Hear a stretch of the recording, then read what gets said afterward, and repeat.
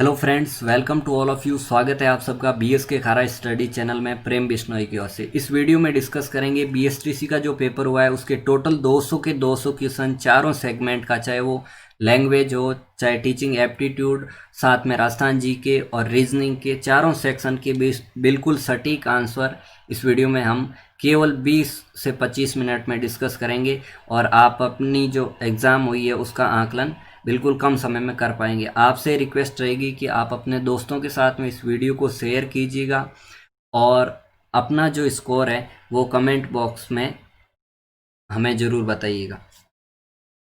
हम इस वीडियो में केवल आंसर डिस्कस करेंगे और उसका जो आंसर कैसे आ रहा है उसके बारे में बिल्कुल भी हम चर्चा नहीं करने वाले। पहला क्वेश्चन रीजनिंग का जो है एनालॉजी से संबंधित कि YWZX रिलेटेड है USVT से, वैसे ही MKNL किससे रिलेटेड होगा? इसका सही आंसर होगा बी। दूसरा क्वेश्चन जो कि एज का है, राम की उम्र श्याम से 5 गुना ज़्यादा है, तो राम की उम्र क्या है? बीच में जो क्वेश्चन दिया है उसको हम स्किप कर रहे हैं, तो इसका सही आंसर होगा 10 वर्ष। B option is the correct. फिर अगला है, कौन सा समुच्चय है 1, 8, 27 के सर्वाधिक समान है? ये सबका क्यूब दिया हुआ है, वैसे ही आगे इसको हम बढ़ाते चलेंगे तो 4 का क्यूब 64, 5 का 125 और 6 का 216, यानी कि ए इसका सही आंसर होगा। उसके बाद में चौथा क्वेश्चन है, गाजर खाद्य पदार्थ और सब्जियों को कौन सा चित्र सही रूप से निरूपित कर रहा है? तो सब्जी है वो भी एक खाद्य पदार्थ है और सब्जियों में ही शामिल है गाजर, तो बड़ा सर्किल हो जाएगा खाद्य पदार्थ, उसके बाद में सब्जी और गाजर, यानी कि ए इसका करेक्ट आंसर होगा। उसके बाद में पांचवा क्वेश्चन है, चक्रवात संबंधित है प्रति चक्रवात से, उसी प्रकार बाढ़ किससे संबंधित होगी? तो बाढ़ नदी से संबंधित होगी। फिर अगला है, यानी कि पांचवें क्वेश्चन का सी करेक्ट आंसर होगा। छठा क्वेश्चन है, कबूतर पक्षियों कुत्तों के संबंध में कौन सा चित्र सही रूप से निरूपित कर रहा है? तो इसका छठे का आंसर होगा डी, कि ये पक्षी हो जाएंगे, पक्षियों के अंदर कबूतर और कुत्ता जो है जंतु है वो अलग रह जाएगा। छठे का डी सही होगा। सातवां क्वेश्चन है, इस प्रकार के काफ़ी फेमस क्वेश्चन पूछे जाते हैं, इसमें ये सिंबल दिए हैं और अलग अलग मतलब है इनका, तो इसका जो सही आंसर होगा वो होगा 8, यानी कि ऑप्शन नंबर बी। फिर आगे एक सीरीज दी गई है, इसमें लुप्त संख्या है वो हमें फाइंड आउट करनी है, तो इसमें लुप्त संख्या वो हो जाएगी A76। फिर नाइन्थ क्वेश्चन है एनालॉजी का, कि ध्रुव संबंधित है किससे? चुंबक से। भाई चुंबक में दो ध्रुव होते हैं, साउथ पोल और नॉर्थ पोल, वैसे ही बैटरी में क्या होते हैं? प्लस माइनस के टर्मिनल्स होते हैं, यानी कि 9 का हो जाएगा सी, टर्मिनल्स। फिर 10वां क्वेश्चन है, असंगत यानी कि गलत जोड़ा है उसको हमें छांटना है, तो इसका सही आंसर होगा बी, क्योंकि ए, सी और डी है ये सभी पर्यायवाची, जैसे विस्तृत चौड़ा एक ही बात है, लघु छोटा एक ही बात है, और बड़ा और विशाल भी एक दूसरे के पर्यायवाची है, जबकि हल्का और भारी एक दूसरे के क्या है? विलोम, यानी कि 10 का बी। फिर 11 का ये मल्टीप्लिकेशन किया हुआ है, इसका सही मान क्या होगा? इसका होगा डी, क्योंकि यहाँ भी पॉइंट के बाद में 1, 2, 3, 4 और 5, तो यहाँ हमें देखना है कि 5 होने चाहिए, आगे जीरो कितने भी लगे, तो 11वें का डी। उसके बाद में 12वां क्वेश्चन जो है उसमें लुप्त संख्या हमें ज्ञात करनी है, तो लुप्त संख्या कौन सी हो जाएगी? 12 हो जाएगी। कैसे हो जाएगी? कि ये वाला जो है यहाँ सबको आधा करके, यानी कि यहाँ 6 था तो 6 का 3 किया और 3 को 24 से मल्टीप्लाई किया तो 72। उसके बाद वैसे ही 12 को आधा किया 6 और 6 को 16 से मल्टीप्लाई किया तो 96, और उसके और इसी तरीके से ही 18 का आधा होगा 9, और 9 को और 12 को मल्टीप्लाई करेंगे तो 108।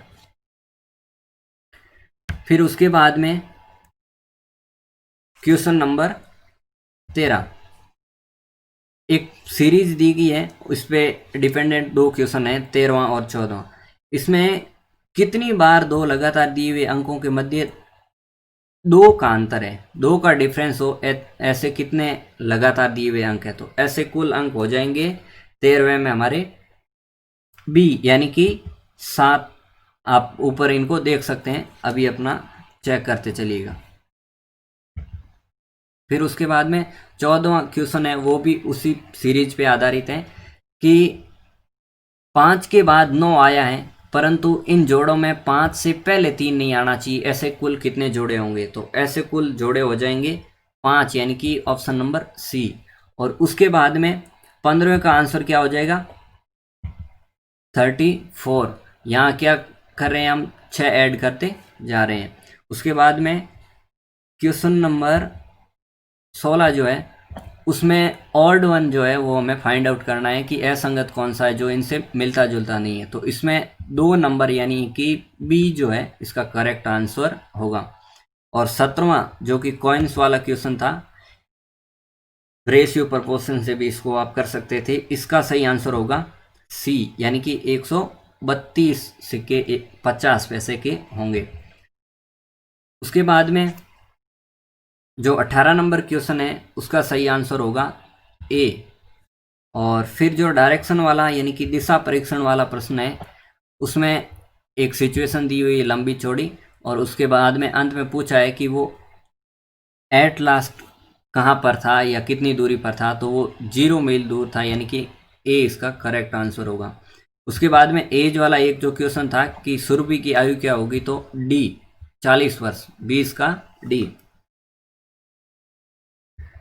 उसके बाद में क्वेश्चन नंबर जो 21 है, इसमें पूछा गया है कि अंकों की अवरोही व्यवस्था में दूसरे स्थान पर कौन रहा है, तो सी राज राय।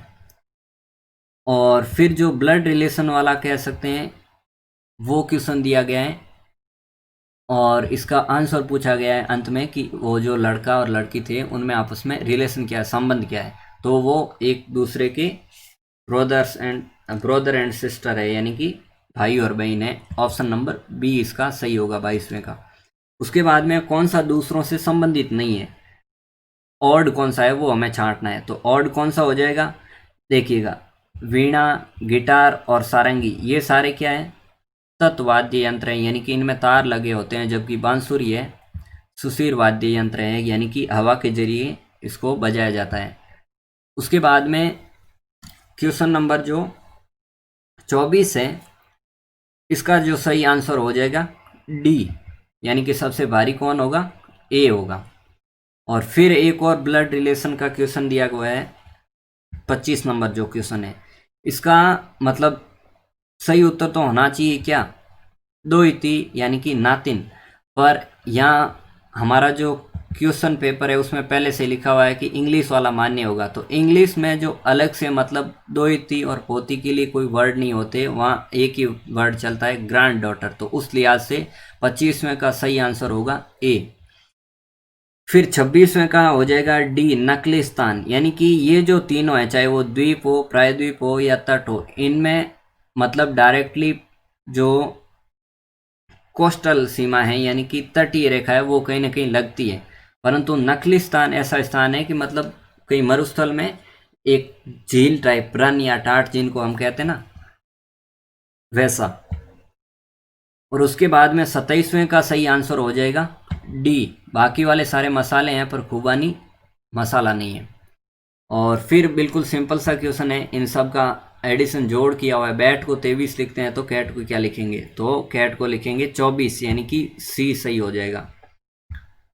उसके बाद में जो 29वां क्वेश्चन है कि एक चिड़ियाघर में हिरण और मोर है, उनके सिर की गिनती 80 है, उनके पैरों की गिनती 200 है, तो मोर कितने हैं, तो मोर हो जाएंगे कितने, 60। और फिर 30वां जो क्वेश्चन है, 500 रुपये 1500 रुपये प्रति माह बचा लेता है, सेविंग कर लेता है, और खर्च कितना कर देता है, 75% खर्च कर देता है, यानी कि 25% इक्वल है कि किसके, 1500 के, तो सही आंसर हो जाएगा डी, यानी कि 6000 रुपये। फिर एक सीरीज दी गई है, उसका अगला नंबर कौन सा होगा, सीरीज का अगला नंबर हो जाएगा 75, यानी कि ए। और उसके बाद में 32 जो है उसका सही आंसर होगा सी, VIJ। और फिर जो अगला कैलेंडर से रिलेटेड क्वेश्चन है हमारा 33 नंबर क्वेश्चन, यहाँ इसका सही आंसर होगा मंगलवार, ट्यूसडे। इसमें डाउट वाली कोई बात नहीं है, मंगलवार वाला होगा। डाउट केवल इसलिए है कि उन्होंने सीधा यहाँ पर ये नहीं लिखा है कि 3 दिन बाद या फिर तीसरा दिन। फिर एक क्वेश्चन दिया हुआ है और उसी से हमारे 34वें, 35वें और 36वां नंबर का जो क्वेश्चन है वो बनाए गए। तो 34वें में कि कितनी औरतें प्रस्ताव के हित में नहीं थी, यानी कि अगेंस्ट में थी, तो इसका सही आंसर होगा ए, यानी कि 430 महिलाएं अगेंस्ट में थी। और फिर 35वां जो क्वेश्चन है कि आदमी कुल कितने थे जो दुविधा में थे, केवल आदमी पूछा है, तो वो हो जाएंगे 31, यानी कि इसका भी ए। और फिर 36वें विधेयक के हित में कितनी औरतें या महिलाएं थी, तो वो थी 600, बी इसका करेक्ट आंसर होगा। उसके बाद में 37वां क्वेश्चन जो है, इसमें जो विलुप्त संख्या है वो हमें छांटनी है। तो विलुप्त संख्या कौन सी हो जाएगी, ये हो जाएगी हमारे 4, यानी कि सी। और पासे को उछालने पर सम संख्या आने की प्रायिकता कितनी होगी। अब 6 तक संख्या हम अंकित करके रखते हैं, तो उसमें से 3 होती है सम और 3 ही होती है विषम, यानी कि 1/2 आंसर हो जाएगा डी। और उसके बाद में 39वां जो क्वेश्चन है उसमें आंसर होगा ये डी, क्योंकि उत्तर आएगा हमारा 10 रुपये और 10 रुपये किसी भी ऑप्शन में नहीं है, तो डी हो जाएगा। उसके बाद में 40वां जो क्वेश्चन है कि 1990 का पंचांग यानी कि कैलेंडर किस सन के समान है, तो वो हो जाएगा 1997, यानी कि 1997। क्यों, आप जानते हैं कि लीप वर्ष को छोड़ के जो सामान्य वर्ष होते हैं उसका कैलेंडर हर 7 साल बाद में रिपीट होता है। अब 41वां क्वेश्चन है कि चिड़िया, कुत्ता जैसे कुत्ता घर से संबंधित है, वैसे ही चिड़िया किससे, चिड़िया पिंजरे से होगी। फिर उसके बाद में जो 42 नंबर क्वेश्चन है उसका सही आंसर हमें पूछा गया है कि कौन सा ऐसा क्षेत्र है जो सैनिक अधिकारी बताता है और जो ऊंचे हैं पर शक्तिशाली नहीं होना चाहिए। तो ये हो जाएंगे कौन, हमारे 42 का सी, यानी कि 4 जो है वो शक्तिशाली नहीं है, सैनिक है पर और ऊंचा भी है। फिर उसके बाद में 43 में जो ऑड फिगर है उसको हमें छांटना था, तो वो ऑड कौन सा हो जाएगा, सी। क्यों, बाकी वाले ये सभी कॉपी करके छोटा बड़ा है, पर सी वाला इससे अलग है। और फिर एक और ब्लड रिलेशन का क्वेश्चन है 44 का कि दीपक और रेखा का आपस में क्या संबंध है। तो 44 में हमारा हो जाएगा ए, वो उसका सन है। और उसके बाद में 45 नंबर क्वेश्चन है, इसका सही आंसर हो जाएगा सी, टॉड। और 47 नंबर क्वेश्चन, 46 नंबर क्वेश्चन है, इसमें 3600 रुपये पर 7.5% की दर से 2 साल और 4 माह का साधारण ब्याज कितना होगा। तो ये होगा 630, जो कि किसी ऑप्शन में नहीं है, तो इसका डी आंसर सही होगा, 46 का डी। उसके बाद में 47, इसका सही आंसर होगा 270 मीटर। और फिर जो एक सीरीज का या रैंकिंग का क्वेश्चन दिया हुआ है कि टोटल 49 स्टूडेंट है और नितिन उनमें से एक तरफ से 18वां है, तो दूसरी तरफ से हो जाएगा उसका कौन सा, 32वां स्थान, यानी कि सी ऑप्शन इसका सही होगा। और 49 जो है कि find the odd one out, तो ऑड कौन सा हो जाएगा इन सबसे असंगत, तो वो हो जाएगा समुद्री पर्यटन। बाकी 3 जो, चाहे वो धर्म युद्ध हो, अभियान हो या फिर खोज यात्रा हो, इनमें हमारा किसी विशेष प्रकार का उद्देश्य, कोई विशेष पर्पज होता है, जबकि जो समुद्री पर्यटन है वो हम आनंद के लिए, जॉय के लिए किया करते हैं। 50वें का सही आंसर हो जाएगा सी, 7/8। तो ये था आपका रीजनिंग का पार्ट। और रीजनिंग में अधिकांश क्वेश्चन बहुत आसान स्तर के थे, आपके कितने होते हैं ये भी हमें बताइएगा। चलिए स्टार्ट करते हैं। हम जो पार्ट बी है जो कि general awareness of Rajasthan, Rajasthan GK का था, उसके बारे में 41 का जो 51 नंबर जो क्वेश्चन है कि चंद्रावती नगरी पर 11वीं और 12वीं शताब्दी में किस वंश के शासकों का राज था, तो वो हो जाएगा गुर्जर प्रतिहार ए। और फिर 52 नंबर क्वेश्चन है क्षेत्रपाल कौन था, तो क्षेत्रपाल ग्राम देवता के रूप में पूजा जाता था, ए इसका सही आंसर हो जाएगा। फिर है 53 कौन सा वाद्य यंत्र तत् नहीं है जिनमें तार नहीं होते हैं, तो अलगोजा होगा, क्योंकि अलगोजा सुशीर वाद्य यंत्र है, फूक के जरिए हम इसको बजाया करते हैं। फिर है 54 राजस्थान में क्षेत्रफल की दृष्टि से सबसे छोटा जिला कौन सा है, तो आप सभी जानते हैं धौलपुर है, जिसका क्षेत्रफल है जो 3034 वर्ग किलोमीटर है, सबसे बड़ा जैसलमेर है। उसके बाद में 55 नंबर का जो क्वेश्चन है राजस्थान में विद्यालय एवं शिक्षा योजना निर्माण क्रियान्वयन और मूल्यांकन के लिए सर्वोच्च शैक्षिक संगठन है, वो है SCERT उदयपुर में जो स्थित है, यानी कि ए इसका करेक्ट आंसर होगा। फिर उसके बाद में कोटा के किस शासक के काल को कोटा स्कूल की चित्रशैली का उत्कृष्ट काल माना जाता है, गोल्डन पीरियड कौन सा था कोटा स्कूल, तो इसका सही आंसर होगा डी उमेद सिंह। फिर उसके बाद में क्वेश्चन नंबर 57 जयपुर के महाराजा सवाई जय सिंह ने किन स्थलों पर वेधशालाओं का निर्माण करवाया था, तो इसका सही आंसर होगा बी जयपुर, वाराणसी, उज्जैन, मथुरा और दिल्ली।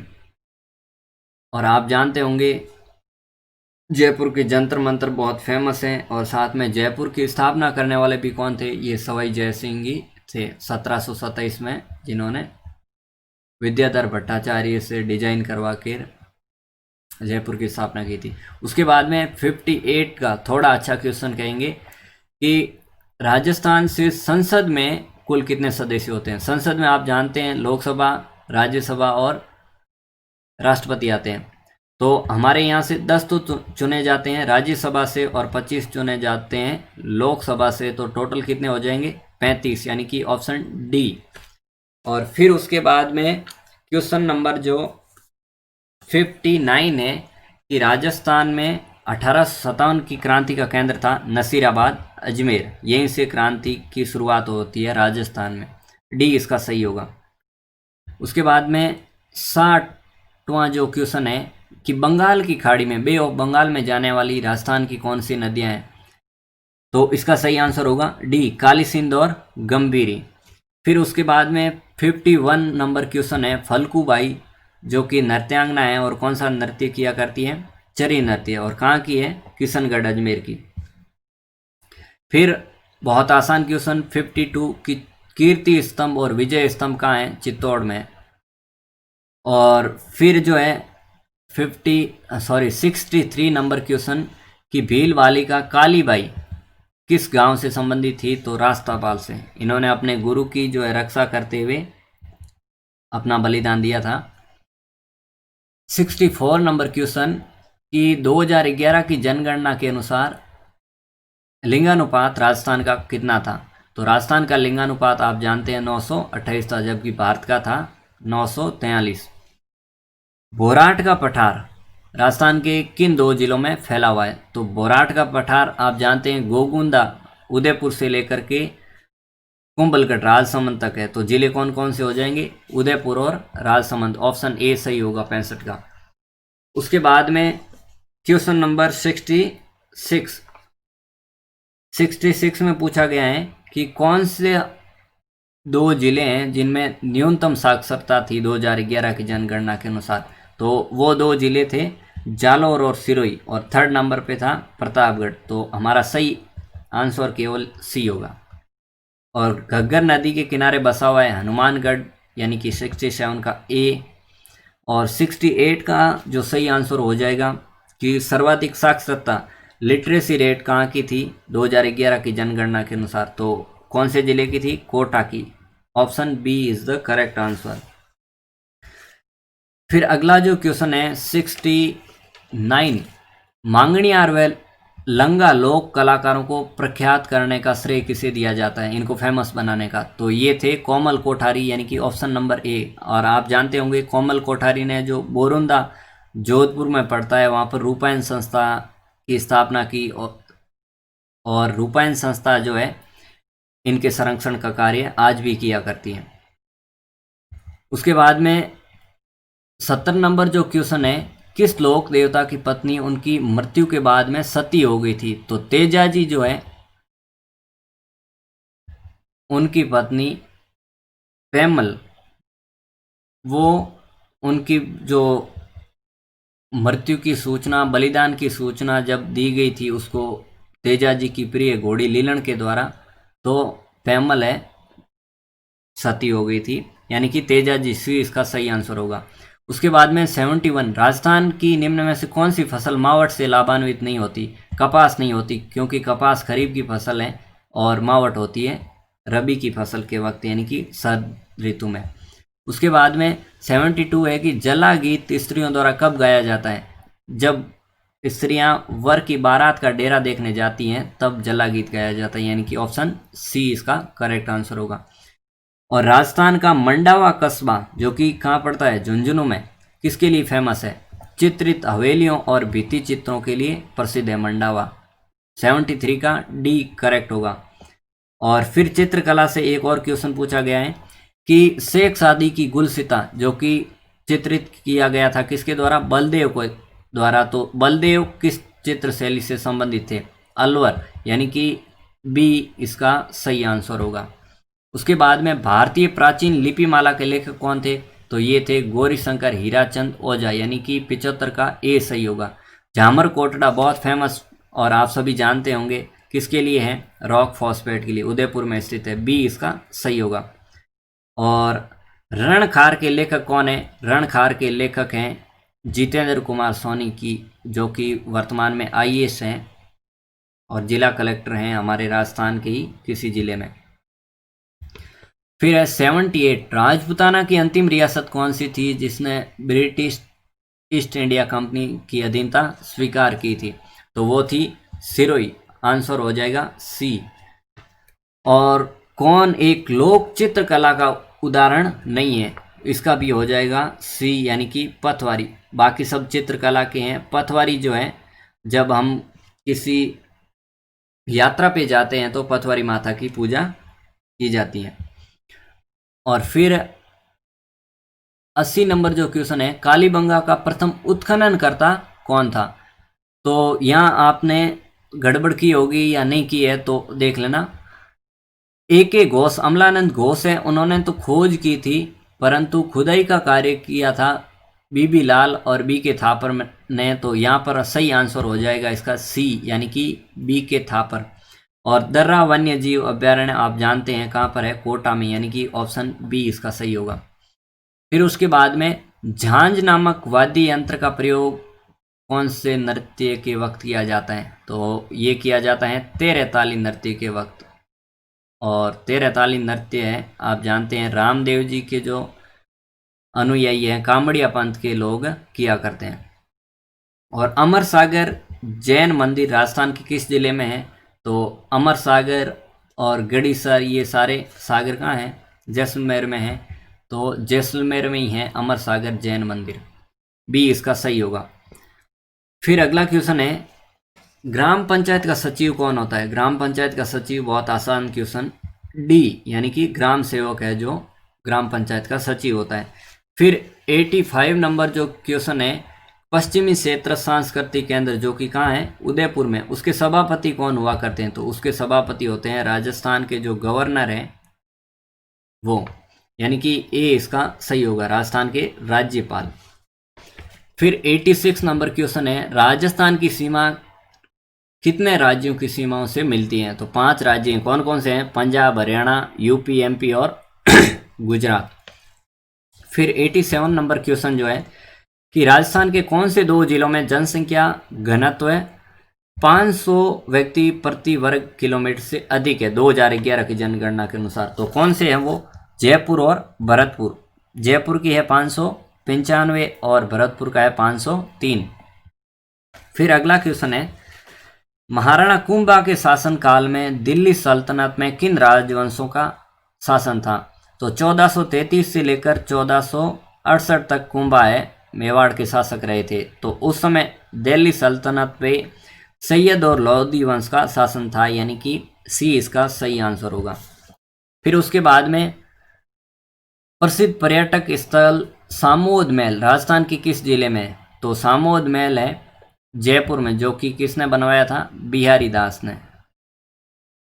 राजस्थान का क्षेत्रफल भारत के क्षेत्रफल के कितने प्रतिशत के लगभग बराबर है? तो एग्जैक्ट आप जानते हैं 10.41% है, और हमें पूछा है अप्रोक्सीमेटली लगभग, तो वो हो जाएगा 11%, यानी कि ए। फिर 91 नंबर क्वेश्चन है कि राजस्थान के किस जिले की अंतर्राष्ट्रीय सीमा सबसे छोटी है? तो बीकानेर की है 168 किलोमीटर, और किस देश के साथ में? पाकिस्तान के साथ में, रेड क्लिफ लाइन। और 92 नंबर क्वेश्चन है कि राजस्थान आवासन मंडल की स्थापना कब की गई थी? तो बी इसका सही आंसर होगा, 24 जनवरी 1970 को राजस्थान आवासन मंडल की स्थापना की गई थी।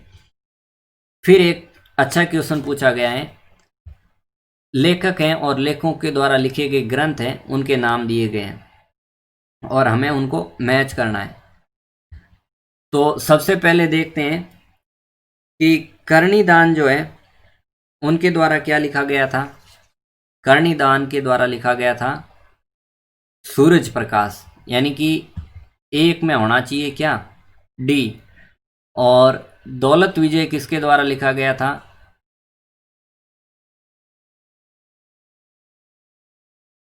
दौलत विजय पद्मनाभ के द्वारा लिखा गया था कानड़दे प्रबंध, और जगजीवन भट्ट के द्वारा लिखा गया था अजितोदय।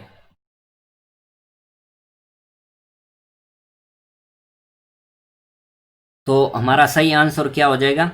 ए, यानी कि कर्णिदान सूरज प्रकाश लिखा था कर्णिदान ने, और दौलत विजय ने लिखा था खुमान रासो, और पद्मनाभ ने कानड़दे प्रबंध, और जगजीवन भट्ट ने अजितोदय। तो ए इसका सही आंसर होगा। फिर अगला जो क्वेश्चन नंबर 94 है, सिरोही प्रजामंडल के संस्थापक कौन थे? गोकुल भाई भट्ट, यानी कि सी। और राजस्थान में मंत्री परिषद के सदस्यों की अधिकतम संख्या होती है, अधिकतम कितनी हो सकती है? 15%। और राजस्थान की विधानसभा में कुल सदस्य है 200, तो 200 का 15% 30, यानी कि बी इसका सही आंसर होगा। भील जनजाति राज्य के किस भाग में मुख्यतः निवास करती हैं? तो भील जनजाति राजस्थान के दक्षिणी भाग, यानी कि सी इसका सही आंसर होगा। फिर है, राजस्थान में व्यापारिक फसलों में नरमा किस्म फसल किससे संबंधित है? नरमा आप जानते हैं कपास की एक किस्म है। और राजपूताना मध्य भारत सभा की स्थापना कब हुई थी? ए इसका सही आंसर होगा। और कौन सा राज्य का निम्नलिखित में से कौन जोधपुर राज्य का शासक नहीं रहा था? कौन था जो जोधपुर का रूलर नहीं रहा था? तो जसवंत सिंह रहे थे, और जसवंत सिंह के पुत्र थे अजीत सिंह, ये भी रहे थे, और मोटा राजा उदय सिंह जिन्होंने अकबर से संधि की थी वो भी रहे थे। तो अनूप सिंह है, ये बीकानेर के शासक थे, ना कि जोधपुर के। सी इसका करेक्ट आंसर होगा। और आखिरी क्वेश्चन है, किस विधानसभा चुनाव में राजस्थान विधानसभा के सदस्य संख्या 184 से 200 की गई थी? तो ये छठी विधानसभा थी, यानी कि सी इसका करेक्ट आंसर होगा। और अब देखते हैं दोस्तों आपका जो पार्ट सी है, टीचिंग एप्टीट्यूड, शिक्षण अभिक्षमता का। इसमें अधिकांश बिल्कुल एकदम एग्जैक्ट आंसर है, पर आपने देखा होगा कि इसमें प्रायोरिटी तय रहती है कि यानी कि एकदम बेस्ट आंसर का आपको 3 नंबर मिलते हैं, उसके बाद में 2, 1 और 0। तो उसमें अधिकांश आपके सही होने चाहिए, क्योंकि यहाँ पर माइनस मार्किंग किसी प्रकार की नहीं है। और एक खास बात ये भी कि आपको नंबर मतलब किसी न किसी सूरत में मिलेंगे, 0 पे जाने के बहुत चांस आपके कम रहने चाहिए। तो अब देख लेते हैं 101 नंबर जो क्वेश्चन है कि वाणी एवं भाषा का अविकसित होने का कारण है।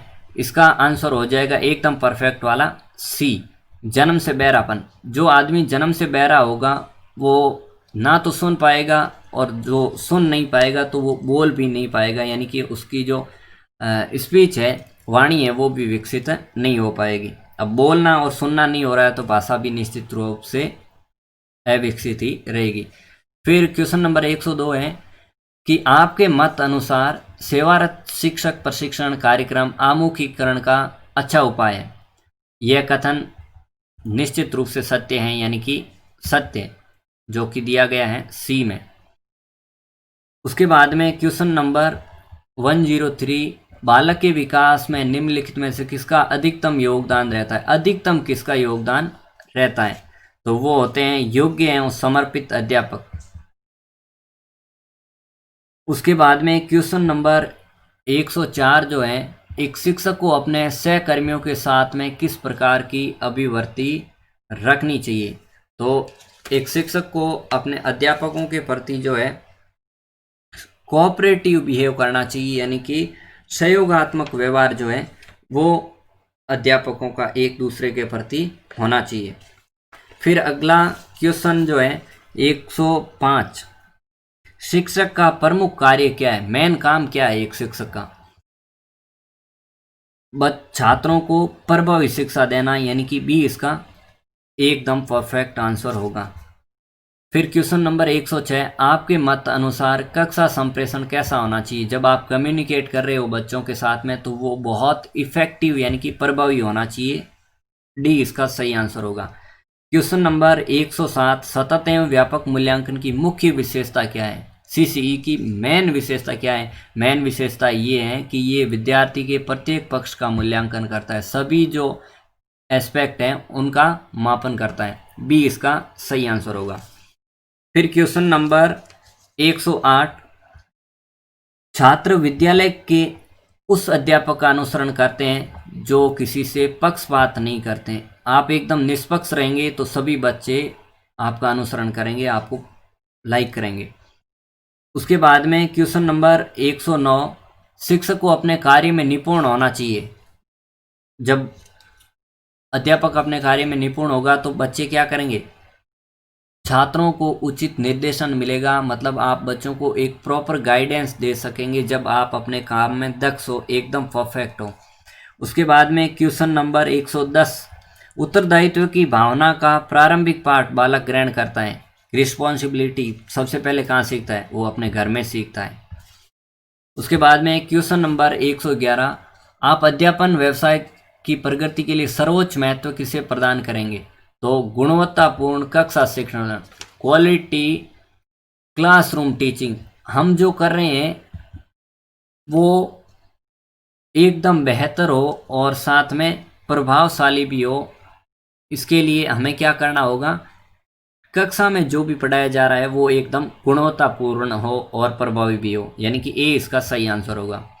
उसके बाद में क्वेश्चन नंबर 112, शिक्षक एवं संस्था प्रधान एक दूसरे की क्या होते हैं? को वर्कर्स होते हैं, यानी कि सहयोगी होते हैं। 112 का सी सही हो जाएगा।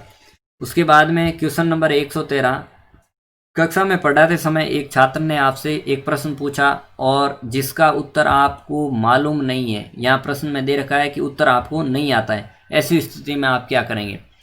तो ऐसी स्थिति में हम दूसरे दिन उत्तर बताने का वायदा करेंगे। ऐसा नहीं, यहाँ आपको सी और डी में कन्फ्यूजन हो सकता है, पर कन्फ्यूजन नहीं रखना है कि उसके प्रश्न का यथासंभव उत्तर देने का प्रयास करेंगे। हाँ ठीक है, आप दे सकते हो, पर प्रश्न कह रहा है कि आपको मालूम ही नहीं है तो आप क्या उत्तर देंगे? मतलब आप गोल मोल करके मतलब उसको संतुष्ट करने का प्रयास करेंगे, और आपको नहीं आता है तो भी आप मतलब गोल करने का प्रयास करेंगे। तो ऐसा बिल्कुल भी नहीं करना है। आपको सही उत्तर ढूंढ के और या जहाँ से भी आपको प्राप्त हो वो आपको अगले वाले दिन जरूर बताना है, यानी कि डी सही होगा। उसके बाद में क्वेश्चन नंबर 114, कक्षा में उचित संप्रेषण हेतु आवश्यक है कि आपका व्यवहार पूर्ण रूप से नाटकीय हो। नाटकीय तो होना ही नहीं है, ड्रामा तो आपको क्लास में थोड़ी करना है, आप किसी रंगमंच पे जाइए वहाँ कीजिएगा। तो इसका सही आंसर होगा बी, यानी कि ये तो बिल्कुल गलत है। 115 में, आपकी राय में शिक्षकों को समय पर विद्यालय आना चाहिए, उससे क्या होगा?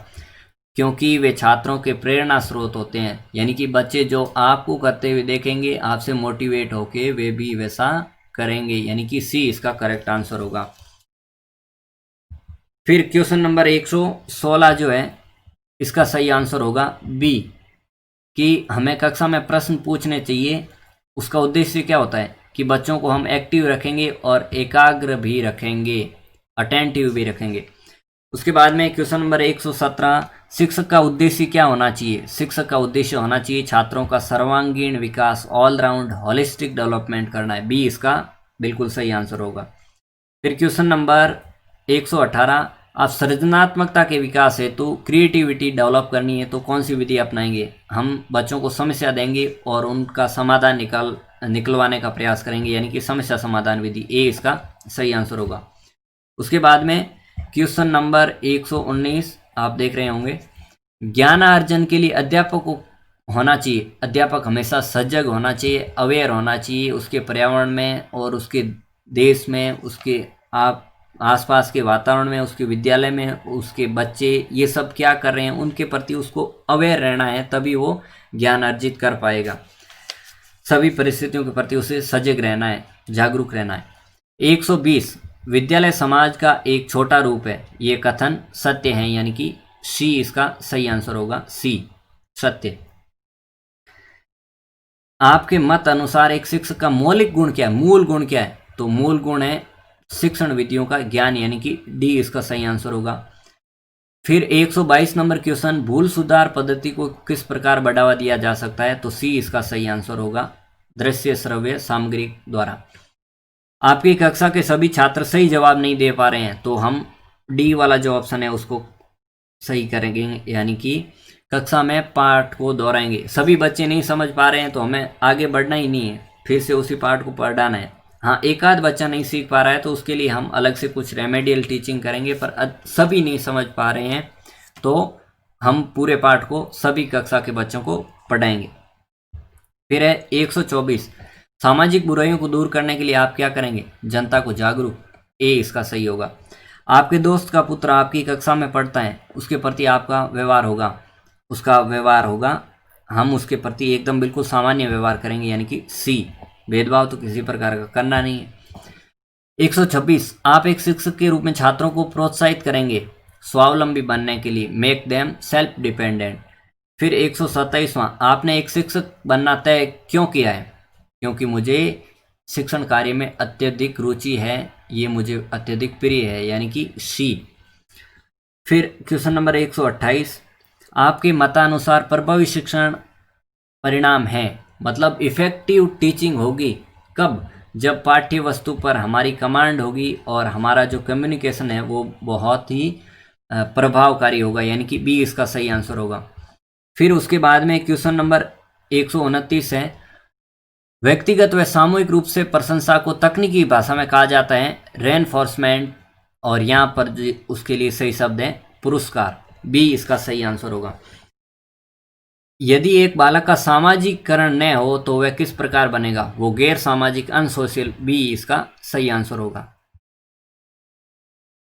गृह कार्य छात्रों को स्वाध्याय प्रेमी तो बनाता ही है, परंतु इसके साथ साथ छात्रों में विषय वस्तु ज्ञान का अभ्यास कराता है कि हमने आज क्लास में पढ़ा है उसी का वो घर जाके अभ्यास भी कर सकेगा, किसके जरिए?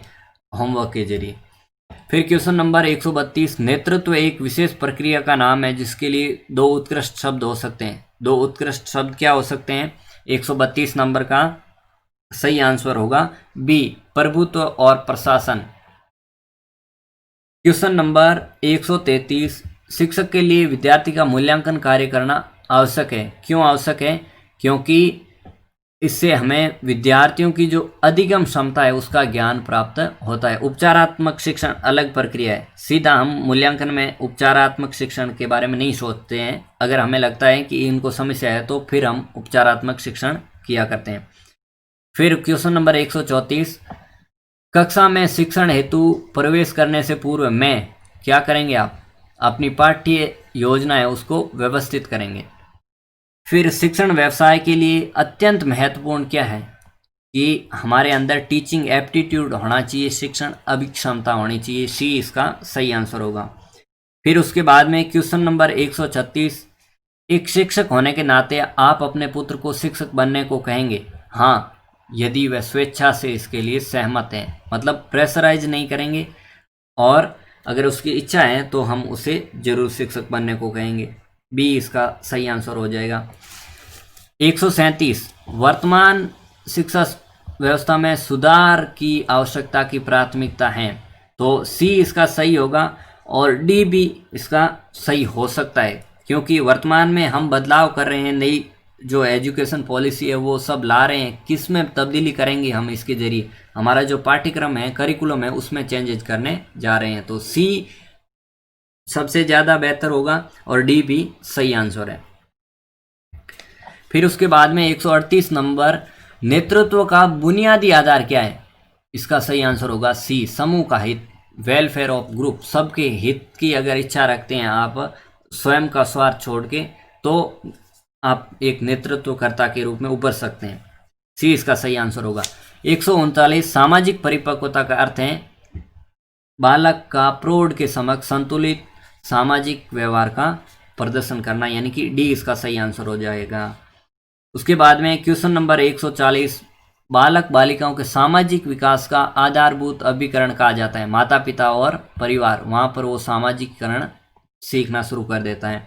उसके बाद में क्वेश्चन नंबर 141, यदि एक विद्यार्थी आपको अपनी पारिवारिक समस्या के बारे में बताते हैं तो आप क्या करेंगे? उसकी समस्या को सुनेंगे और उसे संभव उपाय भी हम बताएंगे। ए इसका सही होगा। फिर बी जो है, ये 2 नंबर इसका सही आंसर होगा, क्योंकि नैतिक संबल से कुछ नहीं होगा। उसने हमें समस्या बताई है तो हमें कुछ ना कुछ जितने भी संभव हो सकते हैं वो समाधान भी तो देने। नैतिक संबल, हमने उसको मोटिवेट कर दिया यार, मतलब नैतिक शिक्षा दे दी, बेटा तुझे परिस्थितियों से लड़ना होगा, ये करना होगा, वो करना होगा, ऐसी सबके सामने होता है, तो उससे उसकी समस्या का समाधान नहीं हो रहा है। तो ए इसका सबसे बेस्ट है और बी जो है सेकंड बेस्ट है। उसके बाद में क्वेश्चन नंबर 142, आपके मतानुसार सीखने हेतु क्या होनी चाहिए? सीखने हेतु क्यूरियोसिटी, जिज्ञासा होनी चाहिए। सी इसका सही आंसर होगा। 143, आपकी राय में शिक्षा से विकसित होती है, शिक्षा से एबिलिटीज आती है, योग्यताएं आपके अंदर विकसित होती है। बी इसका सही आंसर होगा। उसके बाद में 144, अच्छे नेता के गुणों के विकास के लिए सबसे महत्वपूर्ण भूमिका होती है विद्यालय की। अब परिवार में आप जो है नेतृत्व के गुण उतने विकसित नहीं कर सकते जितने कि विद्यालय में कर सकते हैं, और बाकी ए और डी तो होना ही नहीं है। फिर उसके बाद में क्वेश्चन नंबर 145, शिक्षण एक पारस्परिक यानी कि इंटरेक्टिंग प्रोसेस है, और ये इंटरेक्शन किसके बीच में होता है? शिक्षक, छात्रों और विषय वस्तु के मध्य, यानी कि आंसर हो जाएगा डी। फिर उसके बाद में क्वेश्चन नंबर 146, 146, आपकी राय में अंतर्वैयक्तिक संबंधों का आधार है, इंटरपर्सनल रिलेशन का बेस क्या है? तो विचारों में समानता होगी तब अंतर्वैयक्तिक संबंध स्थापित हो पाएंगे। ए इसका सही होगा। क्वेश्चन नंबर 147, बालक की नींव प्राथमिक स्तर के अध्यापक द्वारा निर्मित होती है, तो प्राथमिक स्तर का जो अध्यापक है उसका कार्य कैसा है? महत्वपूर्ण है। डी इसका सही आंसर हो जाएगा। फिर क्वेश्चन नंबर 148, विद्यार्थियों में तार्किक योग्यताएं डेवलप करनी है, साथ में क्रिएटिविटी, सृजनात्मकता भी विकसित करनी है, सृजनात्मक चिंतन का विकास करना है, इसके लिए शिक्षकों को क्या करना चाहिए? ए इसका सही आंसर होगा। समूह चर्चा, ग्रुप डिस्कशन किया जाना चाहिए। क्वेश्चन नंबर 149, आपकी राय में एक अच्छे शिक्षक के लिए क्या आवश्यक है? तो अच्छे शिक्षक के लिए उसमें शिक्षण कार्य के प्रति प्रतिबद्धता होनी चाहिए, एक कमिटमेंट होना चाहिए, टीचिंग प्रोफेशन के प्रति समर्पित भाव। बी इसका सही आंसर हो जाएगा। और आखिरी क्वेश्चन टीचिंग एप्टीट्यूड का 150 कि शिक्षक में कौन से निजी गुण शिक्षण कार्य को प्रभावित करते हैं, तो वो हो जाएगा सेंसिटिविटी यानी कि संवेदनशीलता। तो दोस्तों अब आपका जो आखिरी पार्ट है लैंग्वेज एबिलिटी का, लैंग्वेज प्रोफिशिएंसी का डी पोर्शन, उसके बारे में हम डिस्कस करेंगे। इसमें हम इंग्लिश और साथ में हिंदी के जो है आंसर हम देखेंगे, और अगर आप कमेंट करके संस्कृत के भी जानना चाहेंगे तो भी मैं संस्कृत के वीडियोस भी आपके लिए बना दूंगा। चलिए स्टार्ट करते हैं। फर्स्ट क्वेश्चन जो है यानी कि इंग्लिश का first question, question number 51, fill in the blank using correct word. He dash swim when he was young. जब वह यंग था तो वो स्विम कर सकता था। तो बेस्ट मॉडल इसके लिए कौन सा होगा? C, could. Question number 152, what she said agrees what I have already heard। तो कौन सा प्रीपोजिशन इसके लिए आएगा? विथ, बी इसका सही आंसर हो जाएगा। Choose the correct synonym. Synonym यानी कि पर्यायवाची चुनना है किसका? अबेंडन। अबेंडन यानी कि त्यागना, और उसी का सिनोनिम है forsake, त्यागना। फिर question number 154, choose the one word for the following phrase. अब फ्रेज क्या है? Someone appointed by two parties to settle a dispute. किसी डिस्प्यूट को सेटल करने के लिए, किसी विवाद के निपटारे के लिए जो एक मध्यस्थ होता है वो क्या कहलाता है? वो कहलाता है आर्बिटर, यानी कि बी इसका सही आंसर हो जाएगा। फिर question number 155, change the following into indirect speech. She said my father will help me. इसका सही आंसर हो जाएगा B, she said that her father would help her. तो 155 का बी। 156 नंबर जो क्वेश्चन है, choose the correct article. Edward said he is dash European. अब अगर यूरोपियन ई से शुरू हो रहा है पर इसका जो साउंड है वो यू आ रहा है, यूरोपियन, तो इसके लिए सही आर्टिकल हो जाएगा सी, यानी कि ए लगेगा, ए यूरोपियन। फिर question number 157, choose the correctly spelled word. तो करेक्टली स्पेल्ड वर्ड है, सही मीनिंग है प्रीसीज, ए इसका सही आंसर होगा। फिर question number 158, which part of the sentence has error in it. कौन से पार्ट में एरर है? The rise and fall of the tide are due to lunar influence. तो इसमें बी आपका सही आंसर हो जाएगा। फिर question number 159, choose the correct antonym. पर्यायवाची ना चुन के यहाँ पर आपको एंटेनोम यानी कि विलोम जो है, ऑपोजिट वर्ड है, चुनना है किसका? मेलाइस, और मेलाइस का हो जाएगा गुडविल। और मेलिस का अर्थ क्या होता है वैसे? द्वेष, और गुडविल यानी कि अच्छी इच्छा, द्वेष का उल्टा। और 160 नंबर क्वेश्चन है, an average cow dash 1400 pounds. अब यहाँ पर ए दिया गया है आपको वेट्स, बी दिया गया है वेट, सी वेटेड, और डी है विल वेटेड। तो क्वेश्चन नंबर 160 का सही आंसर हमारा हो जाएगा ए, वेट्स। फिर क्वेश्चन नंबर 161, identify the kind of sentence what a fool you are. तो ये हो जाएगा एक्सक्लेमेटरी सेंटेंस, यानी कि सी इसका सही आंसर हो जाएगा। और फिर क्वेश्चन नंबर 162, डायरेक्ट स्पीच में आपको चुनना है, तो इसका सही आंसर हो जाएगा बी, क्या होगा? He said who lived next door. फिर क्वेश्चन नंबर 163 देख लेते हैं, choose the word that is spelled correctly. तो बैलून की स्पेलिंग जो है वो सही है। फिर जो कॉम्प्रहेंसिव वाला पोर्शन है जिसके 5 क्वेश्चन है, ये पैसेज दिया गया उससे, तो what was the old man doing. तो बूढ़ा आदमी क्या कर रहा था? बूढ़ा आदमी आपको पता होगा स्लीप कर रहा था, सो रहा था। ऊपर पैसेज में पढ़ेंगे तो हमें पता चलेगा। और फिर क्वेश्चन नंबर 165, रीस्ट्रेन का मीनिंग इस पैसेज में क्या है? तो रीस्ट्रेनिंग का मीनिंग है कंट्रोल। वो अपने बच्चे को कंट्रोल करने का प्रयास कर रही थी कि भाई ये जाग नहीं जाए, इसलिए। और 166, person who was least disturb was the, कि लिस्ट यानी कि सबसे कम डिस्टर्ब कौन था इस पैसेज में? तो सबसे कम डिस्टर्ब जो था क्वेश्चन नंबर 166 का हो जाएगा C, old man. Old man सो रहा था, वो थोड़ा सबसे कम डिस्टर्ब था। फिर question number 167, the noise was made by, कि आवाज़ किसके द्वारा की जा रही थी, शोर कौन कर रहा था, तो वो बच्चा शोर कर रहा था, डी इसका सही होगा। एरोप्लेन बना के उड़ा रहा था, शोर कर रहा था। फिर question number 168, the factor common to all the people was they were all, कि वो जितने भी लोग यहाँ पर इस पैसेज में डिस्क्राइब किए गए हैं वो सारे क्या कर रहे थे, वो किसी एक स्थान पर बैठकर वेटिंग फॉर समथिंग, किसी का इंतजार कर रहे थे। फिर क्वेश्चन नंबर 169 का सही आंसर हो जाएगा हमारा डी, नो आर्टिकल। और 170 का सही आंसर हो जाएगा हमारा सी, 4। फिर उसके बाद में हिंदी का जो 30 क्वेश्चन का सेगमेंट है वो शुरू हो जाता है।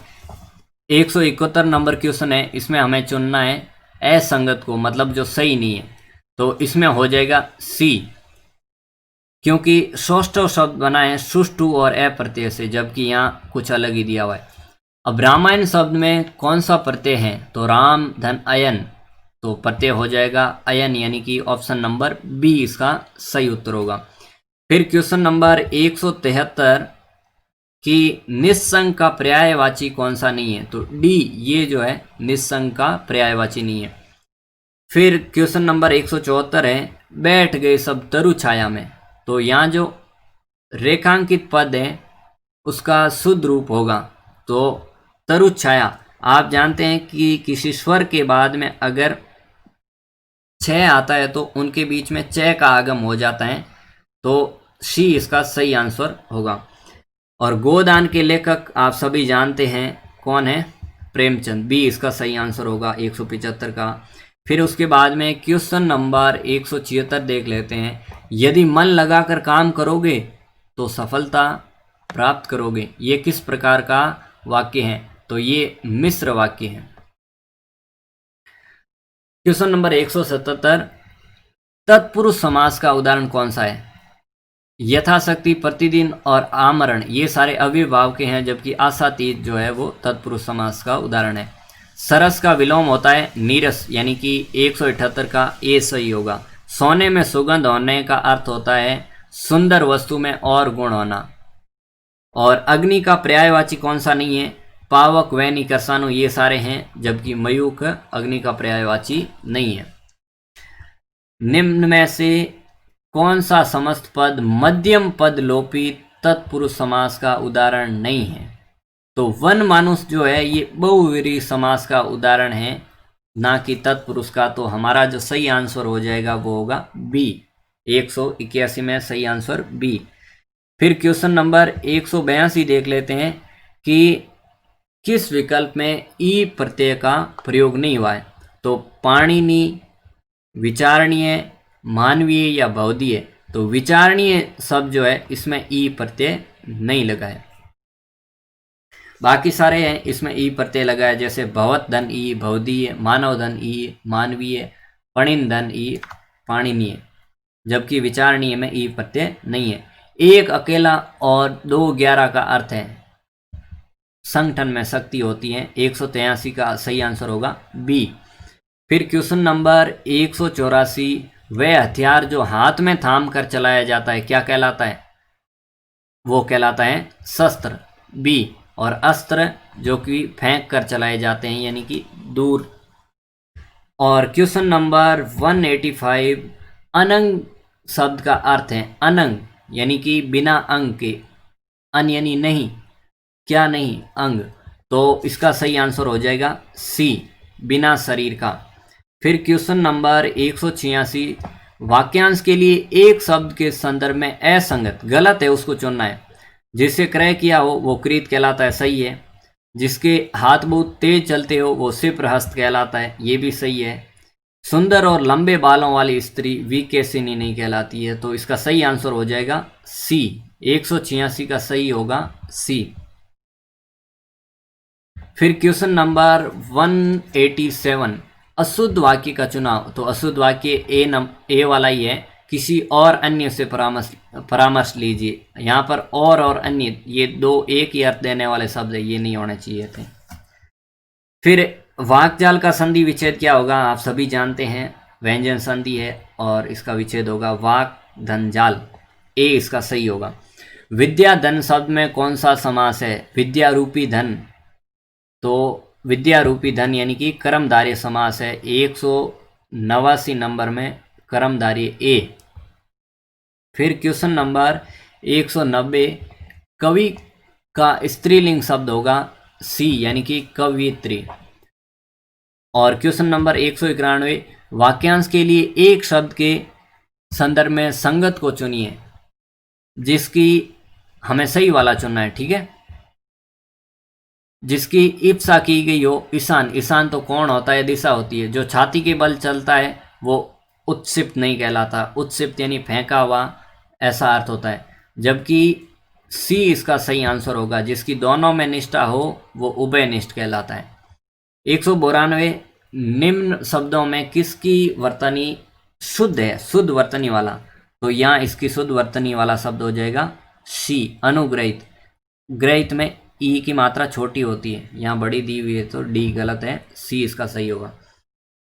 फिर क्वेश्चन नंबर 193, संधि के संबंध में सही विकल्प को हमें चुनना है। सही विकल्प कौन सा हो जाएगा, कर्पाधन आचार्य, कर्पाचार्य, बाकी वाले सारे गलत है, यानी कि 193 का सही होगा सी। फिर 194, इत प्रत्यय का प्रयोग तद्धित रूप में होता है। आप जानते हैं मोटे तौर पे प्रत्यय होते हैं दो प्रकार के, कर्दंत और तद्धित। कर्दंत जहाँ पे क्रिया लगी हो, तो क्रिया इन ए बी सी तीनों में लगी है पर दुख से बना है, दुखित, तो सही आंसर हो 194 का डी। 195, अवधूत का अर्थ होता है मस्त और फक्कड़, सन्यासी किस्म का आदमी, यानी कि बी। 196, निम्न में से कौन सा शब्द निर उपसर्ग से नहीं बना है, तो निरत शब्द है वो निर उपसर्ग के योग से नहीं बना हुआ है। और क्वेश्चन नंबर 197, अशुद्ध शब्द का चयन करना है। कौन सा शब्द, अशुद्ध शब्द, तो अशुद्ध शब्द हो जाएगा हमारा कौन सा, डी, निरोगी। नी की मात्रा यहाँ पर कैसी होनी चाहिए थी, बड़ी, जबकि दे रखी है छोटी। यहाँ पर ये जो है बी, जड़मती, इसमें भी सही होने के चांस है और क्वेश्चन है वो चैलेंज किया जा सकता है, पर सही आंसर डी भी है और बी भी हो सकता है, और डी तो पक्का ही है। क्वेश्चन नंबर 198, द्वंद्व समास के भेदों के संदर्भ में असंगत, तो असंगत है कृष्णा अर्जुन, ये वैकल्पिक द्वंद्व नहीं है। क्वेश्चन नंबर 199, अंधे की लकड़ी होना, तो अंधे की लकड़ी होना मुहावरे का अर्थ होता है एकमात्र सहारा, यानी कि ऑप्शन नंबर सी इसका करेक्ट आंसर होगा। और आखिरी क्वेश्चन आपके इस पेपर का, निम्न में से कौन सा शब्द परि उपसर्ग से बना है, तो परि उपसर्ग से बना है ए, यानी कि परिधि। तो धन्यवाद दोस्तों, आप सबसे निवेदन अंत में कि आप इस वीडियो को शेयर कीजिएगा। आपका जितना भी स्कोर हुआ है वो पूरी ईमानदारी के साथ में कमेंट बॉक्स में डालिएगा, किसी प्रकार की कोई हवाबाजी नहीं करनी है। और भी आपके किसी प्रकार के सुझाव हो या फिर किसी प्रकार के क्वेश्चन में डाउट रहा हो तो भी आप कमेंट बॉक्स के जरिए हमें बताइएगा। हमने हमारा पूरा 100% एफर्ट देने का प्रयास किया है, फिर भी हो सकता है किसी प्रकार की कमी रह गई हो, तो उसके लिए आपके सुझाव आमंत्रित हैं। फिर से रिक्वेस्ट की चैनल को लाइक, शेयर और सब्सक्राइब जरूर कीजिएगा और वीडियो को शेयर जरूर कीजिएगा। Thanks to all the best.